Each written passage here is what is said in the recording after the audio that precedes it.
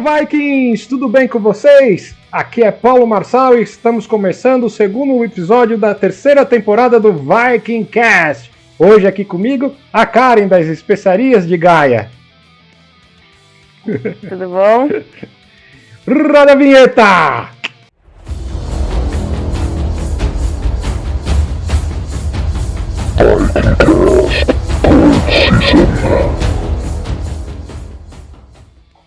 Voltamos! Antes da gente começar, eu quero muito agradecer a Karen, porque antes da gente conseguir gravar aqui, aconteceram algumas intercorrências, eu tive que remarcar algumas vezes, e ela sempre foi muito solícita, teve muita paciência, e hoje ela está aqui com a gente.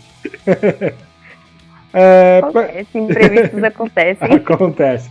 E eu sou muito grato por você poder participar, estou verdadeiramente feliz. Tá? Karen, primeiro de tudo, né? Fala um pouquinho para nós do seu trabalho, para que as pessoas possam entender o que você faz. Então, o meu trabalho é trazer a parte medicinal, né, a parte de ervas medicinais, que era usado no período nórdico, né, no período viking. Então, eu estudo todas as sagas e procuro bastante, tem pouquíssima coisa sobre... Que nem eu costumo falar, quem sangra aparece muito, quem cura não aparece, Sim. Né? Então é bem difícil achar as coisas, né? Mas em algumas sagas tem escrito sobre como era feita as curas e é isso que eu busco trazer. A minha base de produtos, toda a minha linha de trabalho é essa, né? É sempre a cura com a parte das ervas do período mesmo. Para quem está nos assistindo no YouTube, inclusive vale a pena relembrar, né, que nessa temporada o Vikingcast está no YouTube também, com vídeo, né? Então quem está vendo no YouTube está vendo um pouquinho do cantinho da Karen, as ervas dela, as coisas delas todas ali no fundo. Daqui a pouquinho ela vai mostrar, vai falar um pouquinho mais disso pra gente, tá? Eu quero aproveitar e pedir que é importantíssimo que vocês curtam a nossa página, tá, no YouTube, deixa o seu like, deixa um comentário e compartilha com os amigos que vocês acham que vai gostar ou quem não vai gostar, que isso ajuda muito o meu trabalho, o trabalho da Karen também, tá certo? Karen, fala pra nós qual tipo de erva, por exemplo, os vikings utilizavam nessa questão de cura. Então, tem um tipo de emplasto, né? E tem o cataplasma. O que varia é o jeito de fabricação, né? Mas os dois têm a mesma função, né?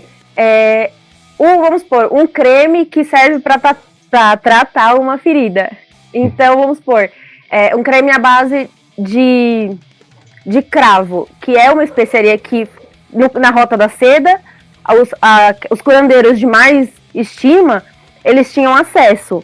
Então, um creme à base de cravo, ele pode passar na pele, no exterior da ferida, tipo, para cobrir, para dar uma cicatrizada legal, para não inflamar, né? Mas o cataplasma ou o emplasto, ele serve para você colocar na ferida aberta, para poder fazer aquele depurativo, sabe? Para tirar bactéria, para não inflamar, né? Tipo, isso é o último caso, lógico, né? Sim. Porque tudo que você coloca dentro da ferida tem mais possibilidade dela inflamar. Sim. Então, seria o último caso, tipo, num campo de batalha, no meio de uma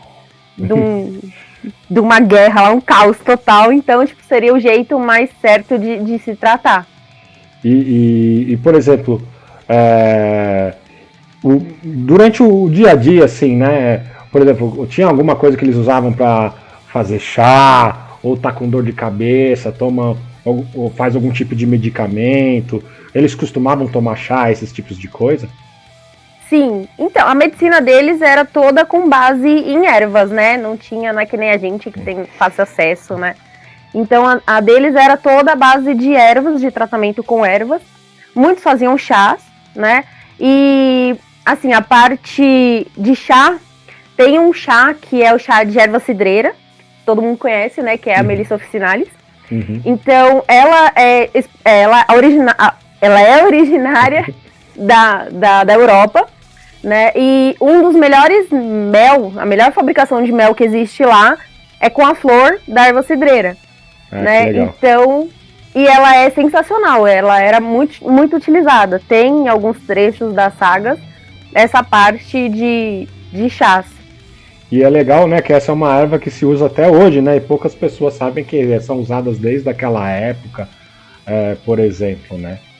É legal esse negócio que você falou, né, do cataplasma e do bálsamo e tal, que dá uma sensação diferente, assim, pra gente entender mais ou menos. Você pode falar um pouquinho só como que é feito, por cima, sempre de, por exemplo, um curativo desses, por exemplo? Posso? Ó, vamos supor que nem, ó, arranharam a minha mãozinha esses dias, né? Você pode pegar, eu fiz no curso de ervas que teve, eu ensinei eles fazerem com alho poró, porque o alho poró ele é super anti-inflamatório. Então você tritura o alho poró no almofariz, no pilão, no prato, no pires, no que tiver, e pode colocar mel, pode colocar um pouquinho de azeite, pode colocar um pouquinho de argila, se você tiver. Se você não tiver, vai arder um pouco, mas aí você coloca um pouquinho de sal para poder ficar mais fácil de moer tudo e misturar tudo. Mas vai dar uma ardidinha. E aí você coloca e deixa em cima. Tipo, um tempinho, quando você perceber que ele começa a escorrer, você tira. É bom que eu acho que o sal, de certa forma, também ajuda, não sei se ajuda na cicatrização, né? Eu sei que o açúcar ajuda, né? Apesar de qualquer jeito, o sal também. Isso é legal de saber, né? Assim, na era viking, né? Que tipo de erva era mais comum naquela região, na Escandinávia, por exemplo? Então, era uma coisa bem escassa, né? Porque a maior parte do tempo é frio, né? Um inverno super rigoroso. Então era uma coisa bem escassa. Eles usavam coisas que tinham ali fácil acesso, mas umas coisas que nem que tivesse um grão que aguentasse mais tempo, sabe? Que nem o coentro. O coentro ele era usado no período e ele tem a sementinha do coentro. Sementinha do coentro, vou mostrar que fica mais fácil de você ver. E então, tipo, a sementinha do coentro, ela aguenta um período muito longo. E você pode triturar a sementinha do coentro e usar tanto na comida, quanto na parte de cura, na parte medicinal e na parte religiosa também, não tem problema. Entendeu? Você pode usar nas 3 partes que fica super tranquilo. Isso é uma coisa legal de saber, né? Então, por exemplo, os vikings também usavam as ervas dentro da parte espiritual. Em que ritual eles usavam isso, por exemplo, na defumação? Ou tinha alguma outra coisa que eles também faziam com essas ervas? Então, tem a parte de defumação, que é uma coisa mais mística, né? Mas tem os berserkings, que são, tipo, o pessoal mais conhecido, que são aqueles lutadores que não tem... Aqueles guerreiros, né? Que não tem medo de nada, né? Que vai com força total pra arrebentar todo mundo. E o que eles tomavam era uma mistura de ervas com cogumelos e algumas outras coisas. E que dava uma sensação de formigamento no corpo inteiro, eles não sentiam nada. É tipo xilocaína.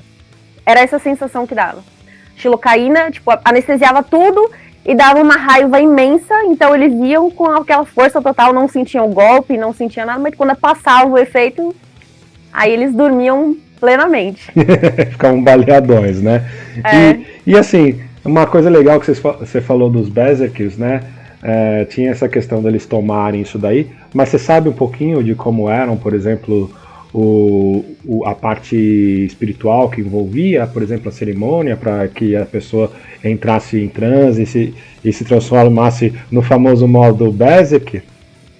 Então, é assim, era uma coisa mais fechada só para os guerreiros tops, né? Que só para eles mesmo.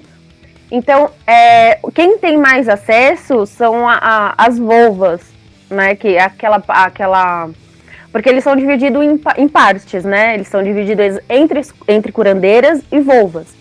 Então, essa parte de espiritual, quem mexia mais seria a volva. Quem prepararia toda essa parte seria uma volva, no caso, né? Entendi. Eu sempre achei, por exemplo, que a volva era, por exemplo, uma pessoa que conseguia, sei lá, prever o futuro, interagir com o tempo, o espaço, não sei, alguma coisa nesse sentido. Provavelmente sim. É que assim, os estudos são bem difíceis, né? De você achar, né? Mas tem estudo sobre. E o que você pega é que Volvas faziam viagens astrais, né? Que não é viagem astral o nome, né? É a viagem pelos 9 reinos e tal. E é super top. É bem legal, bem bacana, estudo bem bacana. É uma coisa legal de depois pesquisar e entender melhor, pra gente entender melhor como funcionava, né? E como que isso também fica relacionado com a questão justamente do uso das medicinas. Assim, a gente fala um pouquinho, assim, bem superficialmente sobre o uso dessas ervas na medicina, na época, né? Se é que podia chamar de medicina, mas vamos lá na redução de danos, né? Vamos falar assim. Mas assim, pro dia a dia, para comer, assim, eles também tinham o costume de comer, como você disse que eles faziam um chazinho lá com a erva cidreira, né? Você falou, se eu não me engano, não? Então, mas eles utilizavam que tipos de tempero, por exemplo, eles usavam? O que era legal de fazer? O coentro era bem utilizado também, assim. O coentro aqui ele é bem difícil de nascer, tanto é que se você for comprar um coentro no mercado, você vê que ele sai com a raizinha, porque ele não brota do mesmo caule, então tem que arrancar. Então, ele é bem difícil. Então, quem tinha acesso, né, eles faziam uma comida bacana, né, bem temperadinha. Alguns lugares com um maior fluxo de pessoas tinha o sal também, né? Era bem difícil, porque era bem caro também, mas algumas pessoas tinham. A cevada é super utilizada, entendeu? A cenoura, enquanto ela tá na fase da colheita, ela era bem utilizada. Castanhas, nozes, o funcho, que ele é bem diferente da erva doce, todo mundo acha que ele é parecido, mas ele é completamente diferente. Eu tô com as duas aqui pra te mostrar depois. Uhum. O endro também era um tempero super top na época. O zimbro também era usado não só na fabricação de cerveja, né, mas também na fabricação de outras especiarias, né, de outros tipos de bebida. Quem morava perto da Rota da Seda, no caso, tinha mais acesso. Então tinha acesso a canela, tinha acesso a cravo, tinha acesso a anis. Toda essa parte mais da Índia, né, eles tinham acesso a esses temperos por causa da Rota da Seda. Então ficava mais fácil. Mas o pessoalzinho mais do interior, eles tinham uma dificuldade maior em temperos e acabava usando o que tinha à mão. Tem um tempero que ele é muito usado. Ele era muito usado, né, no caso, na época para fazer pão, só que, tipo assim, ele não era um tempero, ele era uma erva daninha. E o grãozinho dele era azulado. E se você comesse esse grãozinho sem ser processado no pão, ele te matava. Que legal. Isso é bacana, top, né? Top. E ele também matava as galinhas e os bichinhos que comiam. Então, ou ele era preparado no pão, ou ele era excluído da alimentação. Sim, sim. E, por exemplo, como que, agora que você falou assim, por curiosidade, acho que tem gente pensando nisso, talvez ouvindo, como, por exemplo, era preparado um pão na era viking? Então, tinha famílias, né, porque assim, cada vilarejo fazia uma coisa, não era tipo assim, todo mundo faz tudo, né, tem as suas famílias, né, que tem acesso lá, faz uma plantaçãozinha pequena de trigo, de cevada. Mas eles faziam a colheita, moíam todo o grão, era um moedor de pedra, né? E eles moíam o grão. Com essa farinha, eles faziam a fermentação da cerveja e do pão. Então aí deixava lá e depois só assava na fogueira. Ah, isso é bacana, né? Porque assim, tem coisas que mudam talvez o formato, o tipo, o sabor, mas tem coisas que vêm sendo acompanhadas de muito, muito tempo, né? Karen mesmo disse, por exemplo, que os vikings já bebiam cerveja, bebiam com menos frequência do que as pessoas acham o hidromel. Vinho também era bastante. Vinho também era bastante bebido, né? A gente falou um pouquinho aqui, né? A Karen falou um pouquinho sobre o uso medicinal de algumas ervas, né? Falou um pouco de cataplasma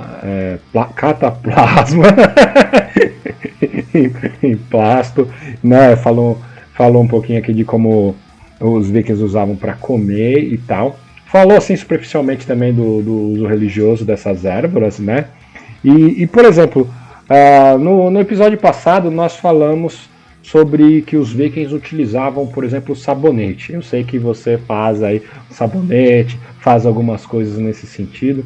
Explica para nós como que se sabe disso e como que você aprendeu a fazer, por exemplo. Então, o sabonete, ele sim era usado, né? Porque diferente do que todo mundo pensa, Vink não era sujo. Inclusive, tem achados arqueológicos de banheiras comunitárias, né? Que é tipo, é como se fosse uma fonte de água termal. Isso. Então que fugiu o nome. Não tem problema. E então eles tinham sabonete, era um tipo de sabonete pro corpo e outro tipo de sabonete pro cabelo e barba, né? Porque era uma coisa mais específica. Eu aprendi a fazer sabonete porque eu queria me desligar do mundo corporativo. Porque eu tava muito cansada. Então, o jeito que eu achei foi esse, entendeu? Começar a fazer sabonete e foi aí onde a especiaria de Gaia nasceu. E agora é legal que você tocou nesse assunto, que aí talvez venha para uma pergunta que eu faço para todos os convidados, tá? Então, vou fazer para você também. Como que você foi parar no meio da recriação viking, né? O que te motivou, né? E como que o que te motiva hoje a continuar seguindo nesse caminho, desenvolvendo dentro da recriação, trabalhando com produtos artesanais, alguns baseados em achados históricos, outros nas sagas, que sejam relacionados ao teu empório, né, nas especiarias de Gaia. E depois também já aproveita, já fala um pouquinho das especiarias de Gaia, o que você faz, fala um pouquinho sobre os cursos que você ministra na Vila Viking, por exemplo, ou se ministra fora da vila, para o pessoal conhecer, quem tiver curioso para saber. Beleza. Então, a especiaria de Gaia, a minha introdução nesse meio, nesse meio maravilhoso foi o Carlos. A gente se conheceu e depois de um tempo de relacionamento ele me levou num evento que, tipo, eu super me apaixonei. Ele me deu, tipo, de presente a roupa histórica, né? E, tipo, eu cheguei lá sem saber de nada, foi muito engraçado. Eu cheguei lá sem saber de nada, vi todo mundo com aquela roupa diferente, né? E falei assim, gente, o que eu tô fazendo aqui? Mas depois que você conhece, você se apaixona e, tipo, é outro mundo, sabe? É realmente outro mundo. É só pra falar, né? O marido dela é o Carlos Augusto, né? Da Artisanal Arts, né? Que fez aquela minha faquinha que eu mostrei pra vocês no vídeo passado. E também ele é recriador, né? Ele trabalha com lobos de guerra na parte de recriação histórica, né? Então, continua contando. Só pus isso aqui para ambientar o pessoal, para eles saberem de quem é o Carlos. Não, tranquilo. Então, e tipo, depois que eu conheci, todo mundo que entra nesse meio, ou vai pra comida, ou vai pra tecelagem, ou vai pras lutas, né? Eu não me sentia ambientada, sabe? Eu gosto muito das pessoas, eu gosto muito dos rolês, sabe? Mas eu sempre tive uma vibe mais natural, sabe? Sim. Mesmo sendo bem envergonhada, porque eu sou muito tímida, então, tipo, eu sempre tive uma vibe bem mais natural. Tipo, bem mais, cara... O Carlos mesmo, ele tentou algumas vezes me transformar numa guerreira, mas não é a minha praia. Às vezes a gente treina, mas não rola. Não, tudo bem. Né? Bom, que legal que pelo menos você seguiu por esse caminho. Pelo menos das pessoas que eu conheço, acho que talvez a Cíntia da Yggdrasil faça alguma coisa parecida com o que vocês fazem, pelo menos de quem eu conheço, assim, né? Mas assim, direcionado para ervas e sabonetes, produtos de higiene, medicamentos, etc. Eu acho que principalmente você da Especiarias de Gaia, né? Então, fala mais assim, então, da Especiarias de Gaia, sobre os seus projetos, essas coisas. Explica também como que o pessoal pode te achar e etc. Então, eu, por enquanto, eu só tenho a lojinha no Instagram, né? E eu faço parte dos mercadores da vila, e da Vila Viking, né? Então, ou você me acha no Instagram, ou você me acha na Vila. Em um dos dois lugares você me acha. E qual que é o seu Instagram pro pessoal achar lá? O Instagram é @especeriasdegaia, tudo junto. Né? É uma fotinho verde muito linda. Especiarias de Gaia não tem nada a ver, porque Gaia não é viking, né? Mas quando ela surgiu, a imagem me veio e o nome me veio. Então ela já surgiu bem mística, sabe? Então toda essa base mística, religiosa, ela tá implantada nos produtos. Então, independente da crença das pessoas, né, ela faz parte, porque se você olhar aqui depois, na hora que eu for mostrar meu ateliê, vocês vão ver meu altar. Então, eles estão aqui dentro. É uma coisa assim, desde sempre eles tiveram. E o seu altar é dos deuses nórdicos, imagino. Sim. Isso. Conta um pouquinho da sua experiência com essa espiritualidade mais direcionada para o mundo nórdico que você, o Carlos, tem, sobre o trabalho que vocês fazem também nesse aspecto dentro da vila também, né? Eu mesmo já recebi uns benzimentos, eu gostei muito, vale a pena, principalmente para quem for até a vila, é uma experiência que vocês não podem deixar passar lá. Então, o Carlos, ele sempre foi religioso com a religiosidade nórdica, né? Com a religião nórdica. O lance dele sempre foi esse. Eu cresci numa família bem tradicional.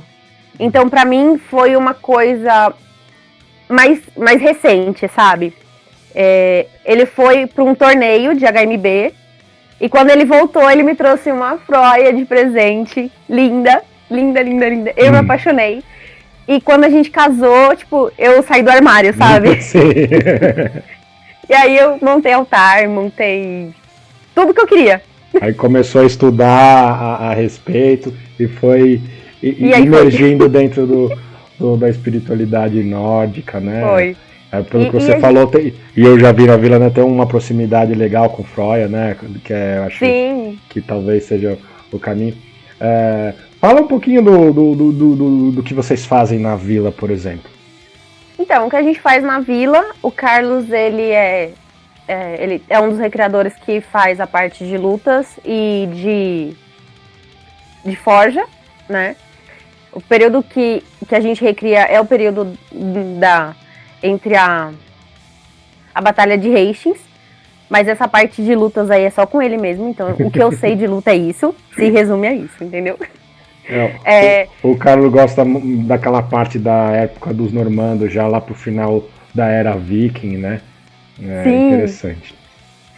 E quando a gente vai na vila, né, o que a gente tenta levar são coisas boas, né? Então, todas as vezes que a gente abre a defumação, que eu faço a defumação das pessoas, e o Gabrielzinho que vai carregando a cestinha de ervas, naquele momento, eu não tô pensando em outra coisa a não ser defumação. Porque, assim, é bem difícil você se defumar uma pessoa pensando em outras coisas. Então, assim, naquele momento, eu não sou a Karen. Sim. Naquele momento, eu sou só um veículo de quem tá... Isso, você é o transmissor. Uhum. Sim. E quando eu faço as defumações, eu mesmo que eu não fale nada, porque geralmente eu não consigo falar, porque eu tenho um pavor de público, eu tenho muita vergonha. Então, geralmente eu não falo, mas eu faço alguma coisa, tipo, eu faço uma prece dentro de mim, sabe? Tipo, assim, sabe? Uma coisa minha, chamando, pedindo pra ela participar daquela defumação, né? Porque desde que eu ganhei aquela froiazinha pequenininha, porque ela é pequenininha, ela é desse tamanho, ela me abriu novos caminhos. Então, pra mim, parece que, sabe quando cai aquele manto dos olhos e você começa a ver outras coisas e coisas diferentes, mesmo que você já tenha visto aquilo lá, você vê aquela erva de outro jeito, você vê aquele caderno, entendeu? E essa ligação que eu tenho com ela é bem forte, entendeu? É uma coisa assim que eu não consigo explicar. Eu não sei como explicar. E tudo o que a gente faz na vila é com base nela. É ela como inspiração. Entendeu? Desde as defumações, os benzimentos, as esteiras de ervas, tudo. Desde da compra da matéria-prima até o produto final. Sim. Então é muito mágico falar dela. Isso é muito legal. Então aproveita a inspiração, né? Fala um pouquinho quem que é a deusa Freya ou Freya, para quem não sabe quem é ela, né? Porque às vezes as pessoas estão ouvindo a gente aqui, tá começando agora a pesquisar sobre os vikings, sobre mitologia nórdica e sobre o paganismo em si, sobre as crenças e etc. Só para o pessoal ter uma noção dessa figura. Então, Freya é uma Aesir, ela é uma Vanir que foi convidada a morada, né, dos Aesir. Então ela ganhou os 2 títulos, né? Um título veio de nascença e outro de conquistas. E Freya é a rainha das Valquírias. Ai, gente. Desculpa. Ela é a rainha das Valquírias, ela que comanda todas as guerreiras. Quando tem mortes no campo de batalha, né? Ela quem escolhe quem é digno de ir pro Valhalla ou pra Folkvanger, né? Que é os salões de Freya. Uhum. E assim, quem cultua Freya tem a opção, tipo, vamos supor, que o Carlos morre em batalha. Eu tenho a opção de ir pro Folkvanger junto com ele, entendeu? Sim. Porque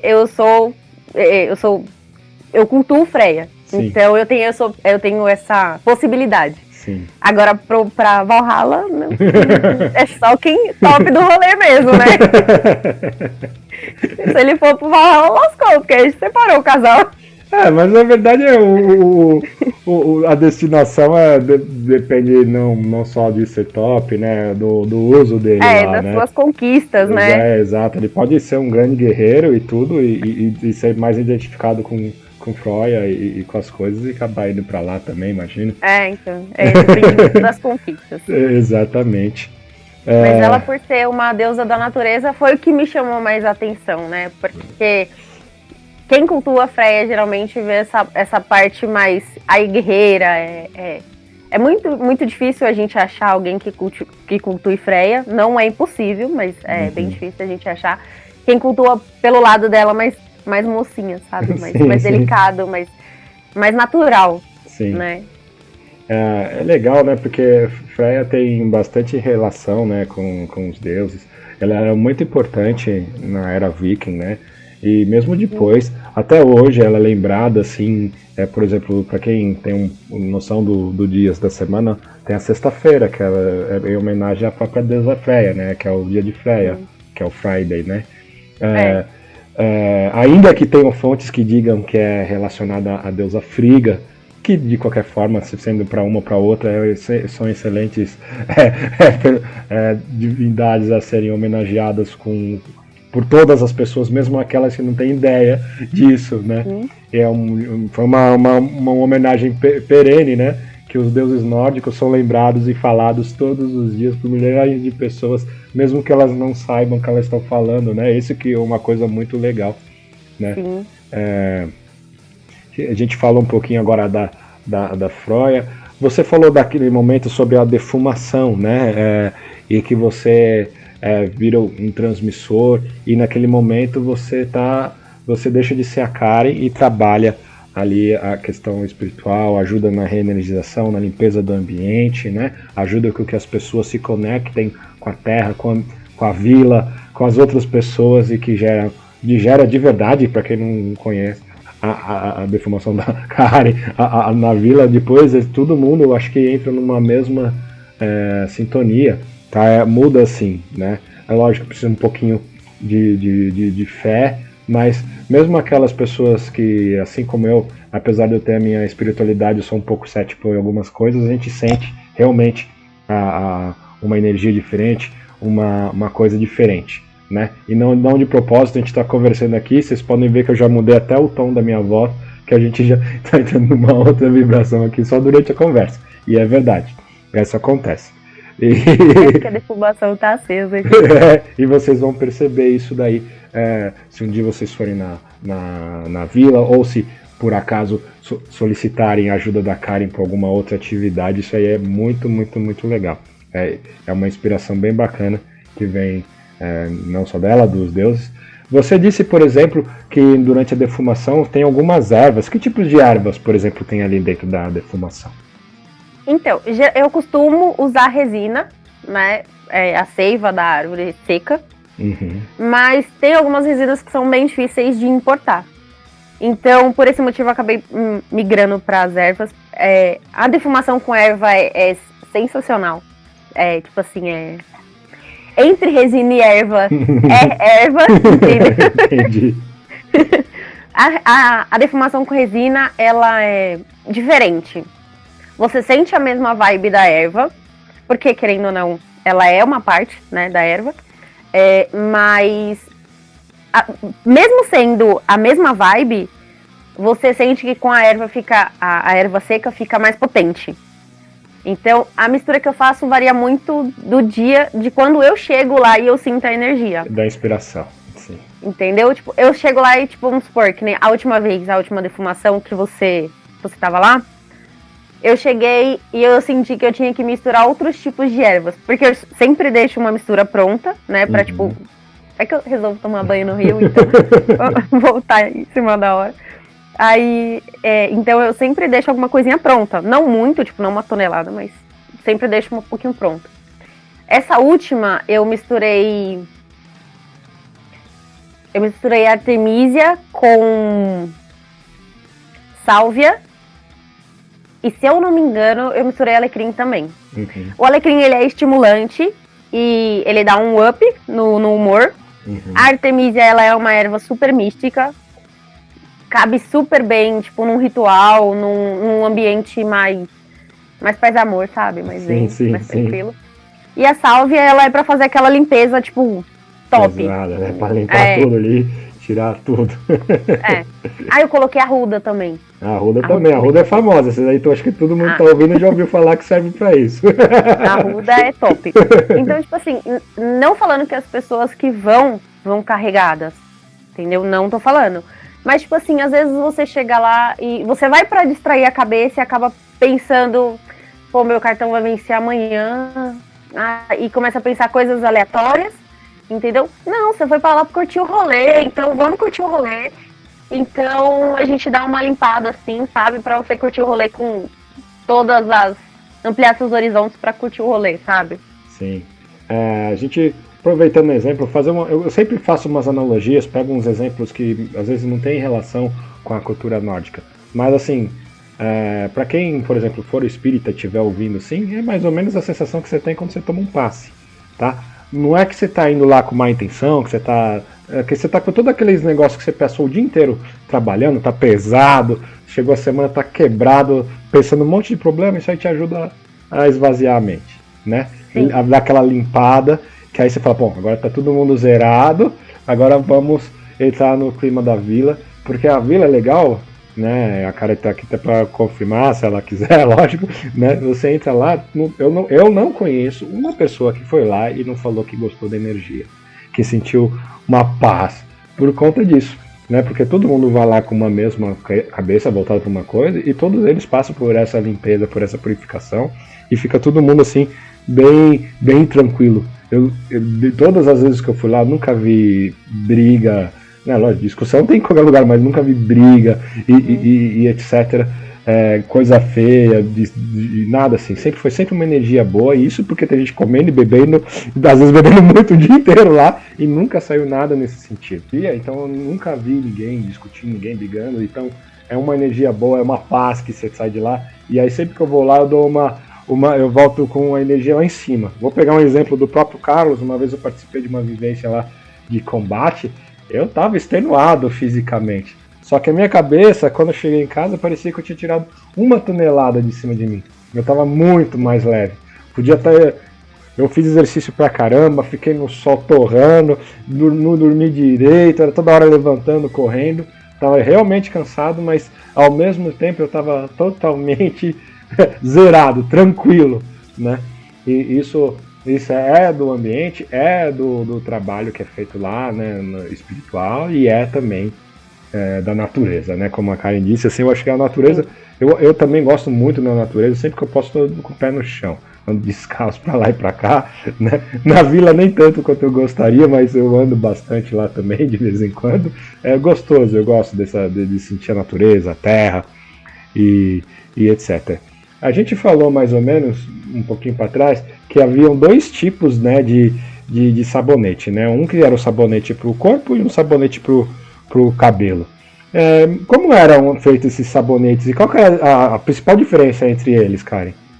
Então, a diferença é que, tipo assim, quem tinha acesso a esses dois tipos de sabonete é quem tinha mais posses, né? Então, tipo assim, o Yao ia ter, tipo, os sabonetes que ele quisesse.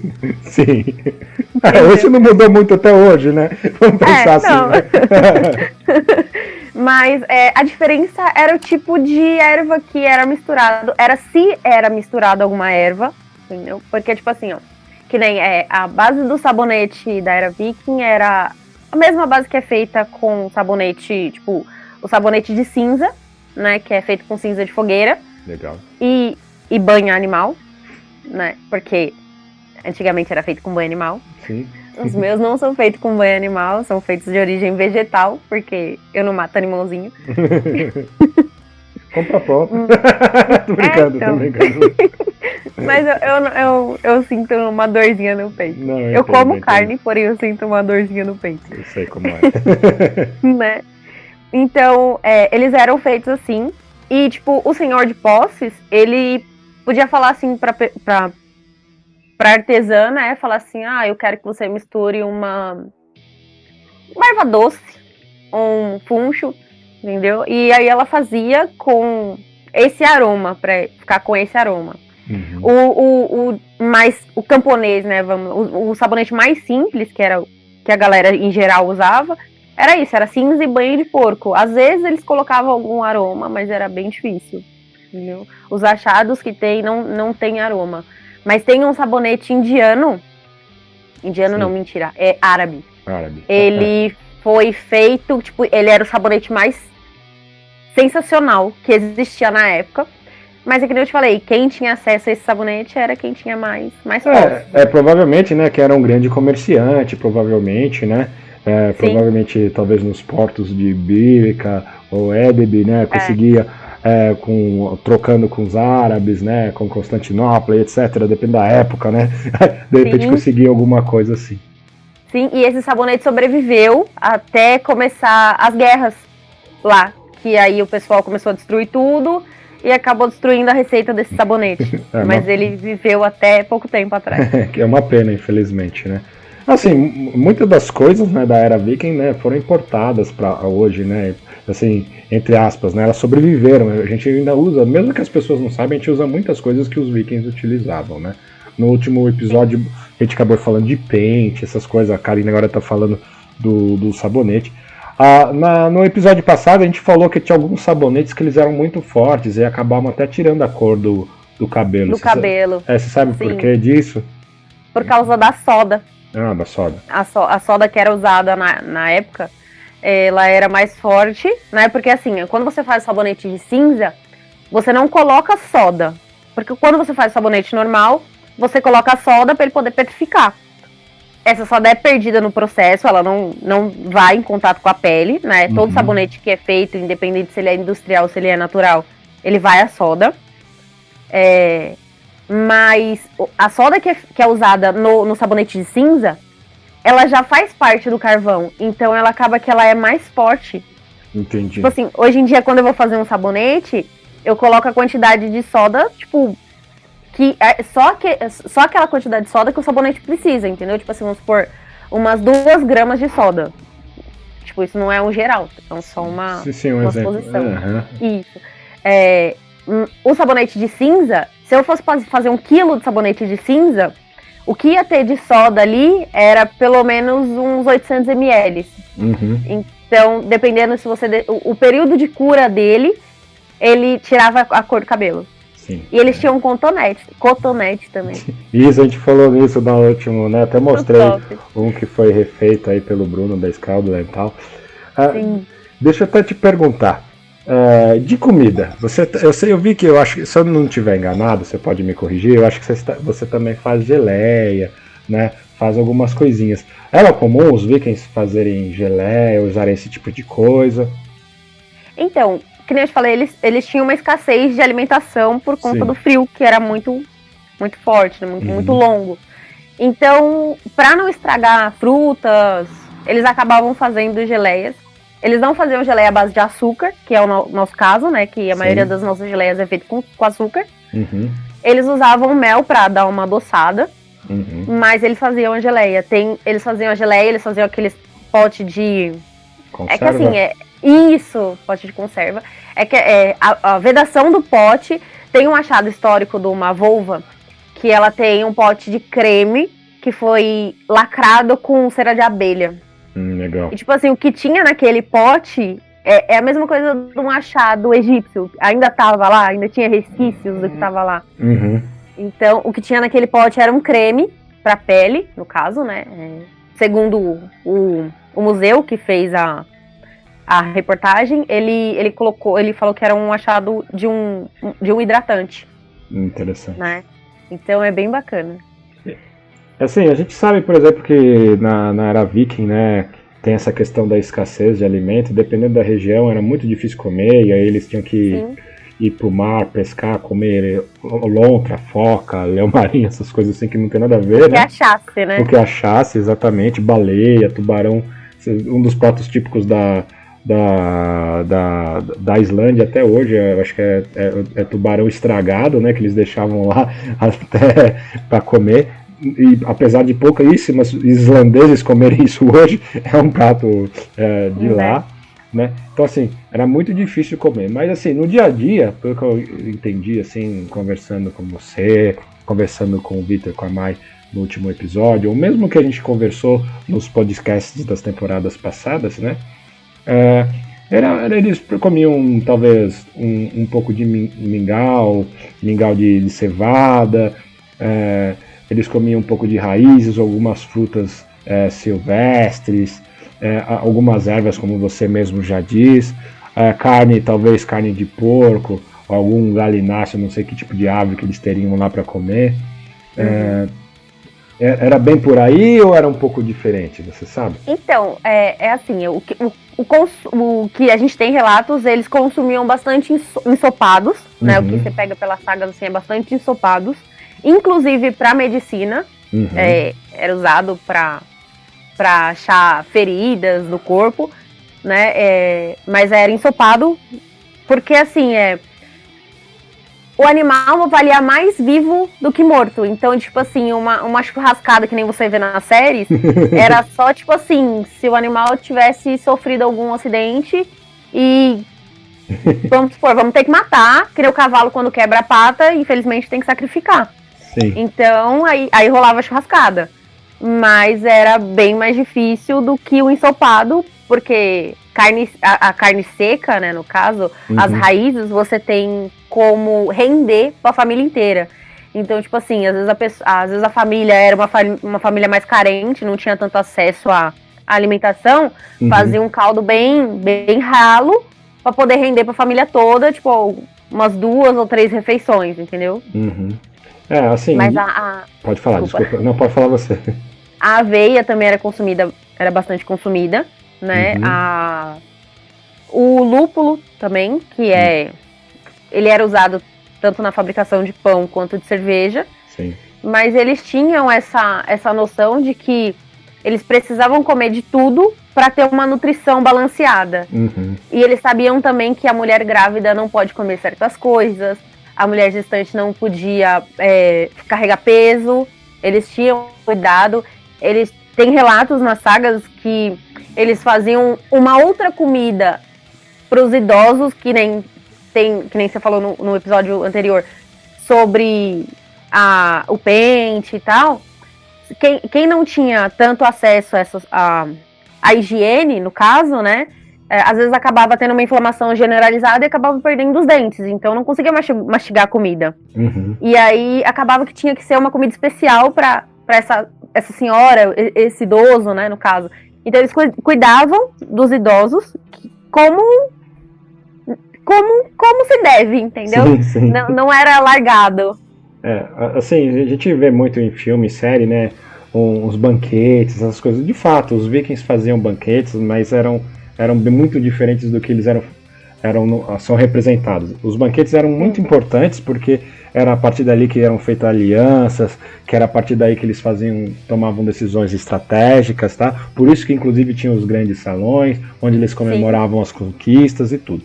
Só que assim, quando você pensar em viking comendo carne, você pensa num belo de um salmão, ou algum outro peixe, talvez um bacalhau, alguma coisa assim. Eram mais por aí. E não uma carne vermelha, não né? Não uma carne vermelha. Por exemplo, o boi para eles, como a própria Karen já disse, ele tinha um valor muito grande para os vikings, porque eles ajudavam no arado, eles ajudavam a carregar as coisas. Então você matar uma pessoa, um ser que te ajuda no dia a dia para comer, era improdutível para eles. Né? Era diferente de hoje, que os bichos são criados para serem comidos, por exemplo, alguns deles. Né? Naquela época não. Eles eram criados para ajudar nas tarefas do dia a dia. Então você abrir mão de um recurso que te ajuda a garantir talvez o sustento da sua vida inteira para você comê-lo, era muita bobagem. Então é por isso que eu acho que até o Vitor no programa passado falou, tem que ser algumas coisas que eram mais sustentáveis deles comerem. Então, por exemplo, um frango, talvez um porquinho, algumas coisas assim que não tinha essa serventia de ajudar no dia a dia, eram mais fáceis de serem comidos. Então, por exemplo, eles sacrificaram um boi para fazer alguma coisa. Pô, é só se eles estivessem miseravelmente passando fome, eles iam talvez sacrificar acreditando que os deuses fossem prover alguma coisa diferente, mas tinha que ser numa situação de extrema necessidade para eles fazerem um sacrifício desse tamanho, ou se eles estivessem sendo massacrados numa batalha, talvez. Então, era bem diferente do que é mostrado na televisão. Mas não que eles não comessem, né? Comiam, sim, mas não com aquela facilidade que a gente vê. Né? Não com a facilidade que tem hoje, né? Exatamente, e nem do que a gente vê retratado também. É lógico que isso também foi de épocas, depois que eles já começaram a dominar boa parte da Europa, ou se misturar em boa parte da Europa, vamos dizer assim, algumas coisas começaram a ficar mais fáceis, eles tinham onde plantar, onde produzir gado, onde fazer as coisas. Mas se a gente pensar nos vikings, nos escandinavos, no pessoal da Escandinávia, era um pouquinho mais complicado. O pessoal da Groenlândia, da Islândia, mais ainda, né? Então, era mais complicado deles conseguirem essas fontes de carne, essas coisas de proteína. Então, eles acabavam sempre indo mais para o mar, né? Inclusive, a população de morsa da Islândia foi extinta pelos próprios vikings, né? Lógico, tinha a questão de comer carne, sim, mas naquela época eles também negociavam muito as presas das morsas para trabalhar o marfim, e etc, né? Karen, a gente já está aqui com quase 1 hora de programa, né? Tem algum assunto, alguma coisa que a gente deixou de abordar, que você acha importante falar sobre a Era Viking, sobre o seu trabalho, sobre as ervas, o que você quiser, fique à vontade. Então, tem a parte de cirurgias, né, que a gente acabou não comentando. Por favor, fale dela, são importantíssimas, pode falar. Tem uma saga que fala de um rei que foi ferido com uma flecha, né? Que ele foi ferido em batalha e que não tinha machucado aparente, né? Ele foi ferido, mas não cortou externo, tipo, não cortou a pele. Então ninguém achava aonde era machucado e foi na onde veio essa mistura de alho poró com cebolas e algumas outras ervas. E ele não quis tomar e acabou falecendo, né? Tem um outro tipo de... tem uma curandeira que ela sabia se a pessoa ia sobreviver ou não, provando o sangue da pessoa. Tipo assim, às vezes ela via, né, na saga relata que ela ia pegava um punhado de neve com o sangue daquela pessoa, da onde aquela pessoa se machucou, sabe? Colocava na boca e falava assim, tipo, fulano... já era, entendeu? Não adianta fazer nada. Porque às vezes tinha algum órgão, ela estava com alguma hemorragia, né? Tinha algum órgão que já tinha, talvez, vamos falar bem porcamente aqui, apodrecido, e aquele sangue já estava contaminado, então ela, pelo sabor estranho, ela sabia que aquele cara estava condenado. Pode ser por aí, né? Sim. E também nas sagas fala que a gente. Nas sagas fala que durante a cirurgia eles conheciam as cores dos intestinos. Então, tipo assim, eles sabiam se o intestino estava necrosado, eles sabiam se o intestino ia ter como salvar, se não ia. A sutura, eles sabiam que teria que ser feita com fio de seda, porque eles sabiam que o algodão inflamava, infeccionava. Tem peraí, que fugiu o nome. Tem... não vou lembrar. Fugiu. Não tem problema, depois você passa pra mim, eu coloco no descritivo, ponho aqui no vídeo também. Eu não vou lembrar o nome. Mas tem algumas ervas que eram usadas só pra medicina, gente. Fugiu o nome legal, bonito. Não tem problema. A papoula era usada como medicamento, como anestésico. Tem uma erva que fugiu o nome completamente agora, que ela era usada nas cirurgias, durante as cirurgias. Porém, eles sabiam que aquela erva afinava o sangue. Então, eles sabiam que a pessoa tinha a possibilidade de não sobreviver. Tipo, poderia sobreviver à cirurgia, porém não ia sobreviver à erva que era muito forte. Então, se você errasse a dosagem, provavelmente não iria pra frente. A gente sabe, por exemplo, que existiam venenos, né? Há uma história, por exemplo, que o brinde, o Skål, que os vikings faziam assim, era justamente para bater as taças assim, voar a bebida de uma taça para o outro, porque caso se tivesse envenenado nesse movimento, ele esperava o cara beber primeiro, e se o cara caísse, ele saberia que o cara estava envenenado. Eu não sei se é factível isso daí, mas essa é a história por detrás do Skål, assim. Existiam então também ervas que eram utilizadas para fabricação de veneno e curas também, né? Sim, a papoula mesmo, se você administrar ela errado, não tem o que fazer, né? Sim. E você até chegou a falar também de um grãozinho que era utilizado no pão, que se fosse usado de uma forma errada também poderia ser letal, né? Sim, É lógico, eu imagino que os vikings, não só os vikings, mas qualquer um na Idade Média, assim, que tivesse a oportunidade de fazer alguma coisa para derrubar o inimigo, né, um rival, eles talvez fizessem, né?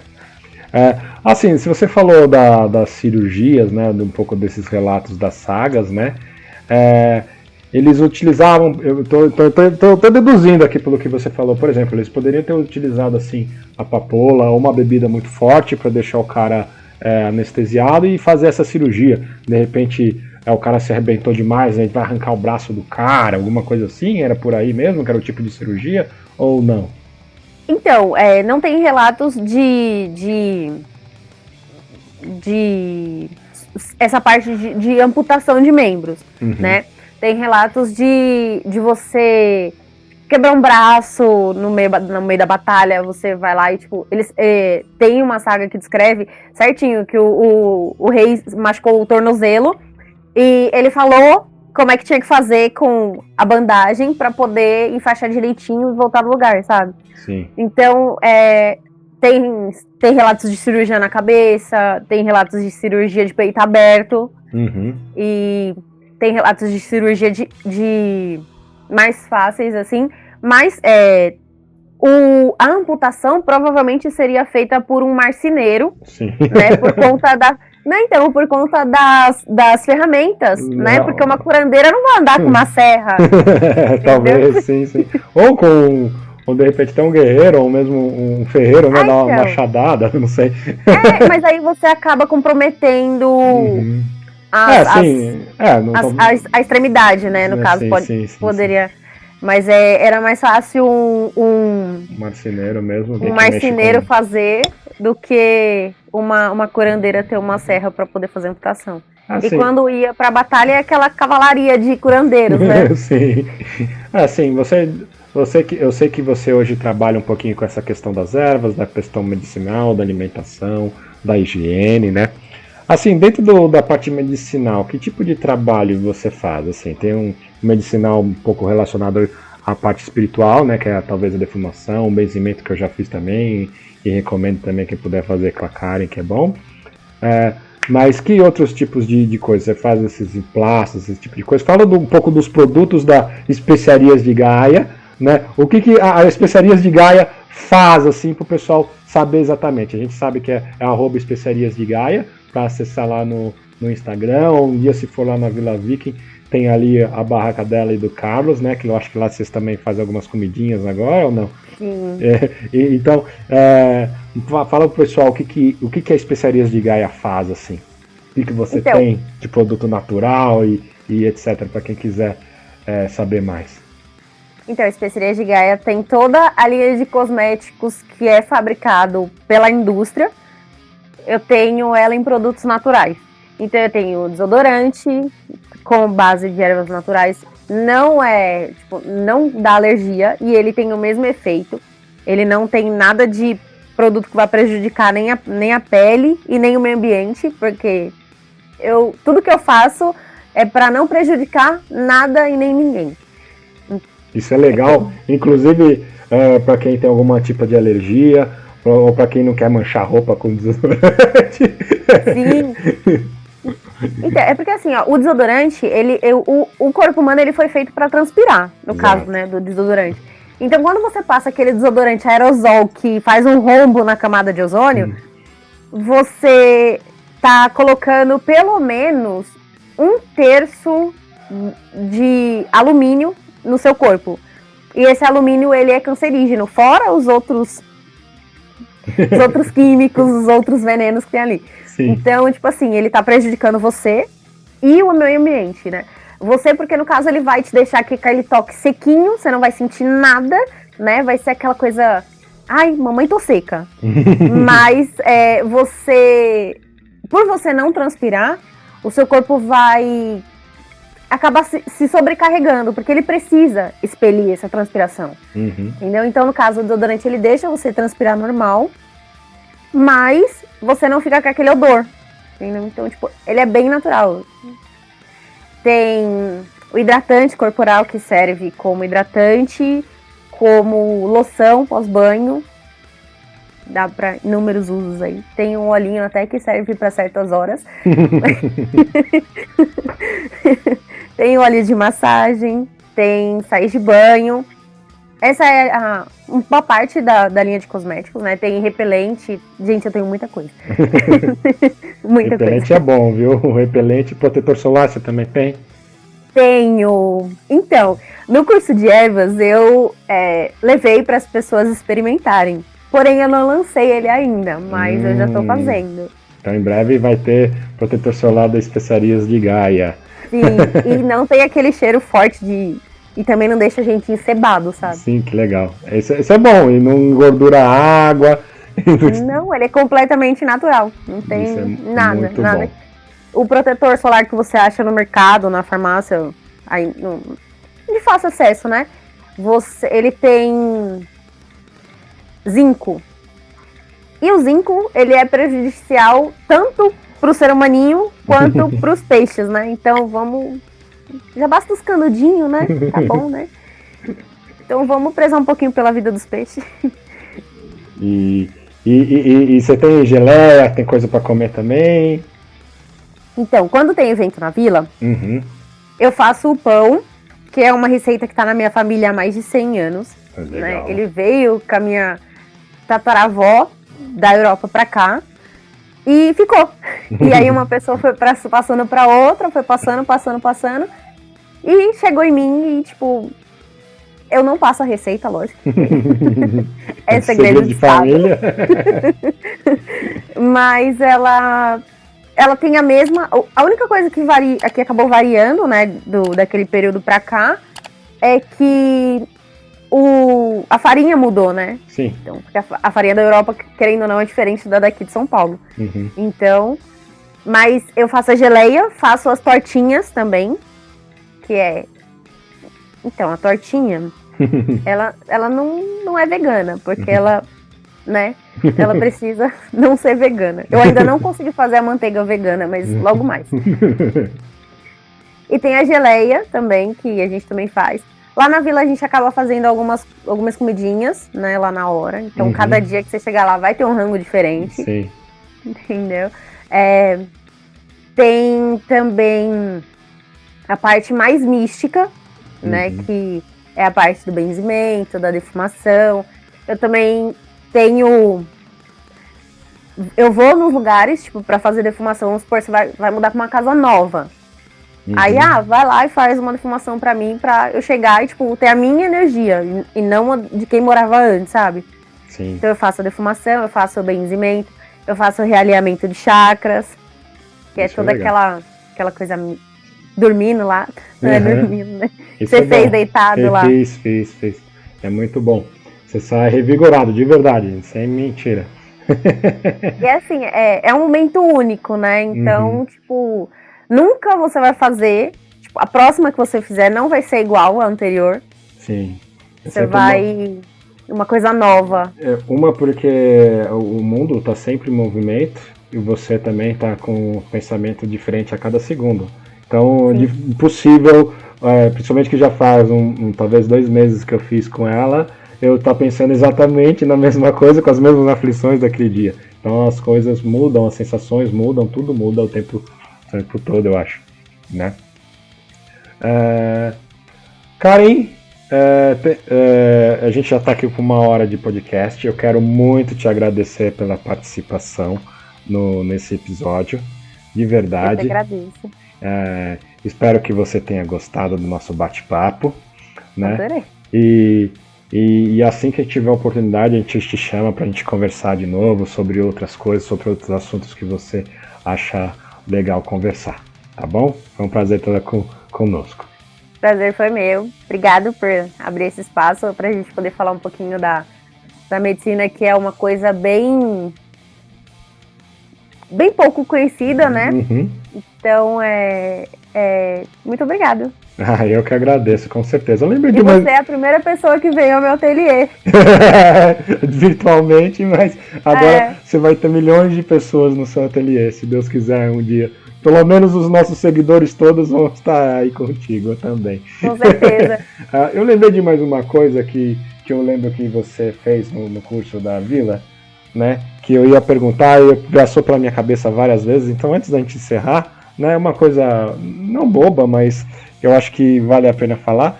Na Vila você explicou qual era a melhor maneira de fazer a poda das ervas para que elas continuassem crescendo sem estragar, né? E como replantá-las assim. Você pode falar isso brevemente para o pessoal que está ouvindo? Sim, então, a poda, né, você pode fazer, tipo, naquela parte... Ai, peraí que eu vou pegar... Peraí que eu tenho um galinho seco aqui pra te mostrar. Eu podei o meu guiné. Então, ele tá secando aqui do lado. Peraí. Então, tá vendo... Peraí que eu vou arrumar um jeito de te mostrar. Esse daqui é o galho principal. Que é o caule. Esse daqui esse é um ramo. Sim. Esse pequenininho aqui também é um ramo. Esse outro é um ramo. Então, quando você vai fazer a poda, você pega e quebra esse... Corta, né? Bem próximo do caule. As folhas mais verdes. Tipo assim, as folhas mais novas, sabe? Ou as que estão mais próximas da raiz. Por quê? Porque assim você vai deixar a planta crescer, tipo, e crescer bonita, sabe? Então tudo que for... É que eu já podei, gente. Não tem problema. Tudo que for aqui, mais próximo da raiz, você vai podando pra ele poder crescer e crescer bonito, sabe? Sim, sim. Ou no caso, você pode podar aquelas folhas secas, porque que nem a arruda, ela é super difícil de florir, sabe? De crescer e conforme ela vai crescendo, ela vai secando alguns raminhos. Você pode ir arrancando esses raminhos, né? Bem próximo do caule, pra ele poder voltar a nascer. E é isso. Isso é legal. Tá vendo? É mais um aprendizado. Então assim, a gente pode colocar, eu vou colocar aquilo no vídeo lá, né? Como podar adequadamente essas plantinhas. Então era isso, Karen. Muito obrigado novamente. Espero que você tenha gostado e até a próxima. Obrigado. Eu que agradeço. Gratidão. Skol!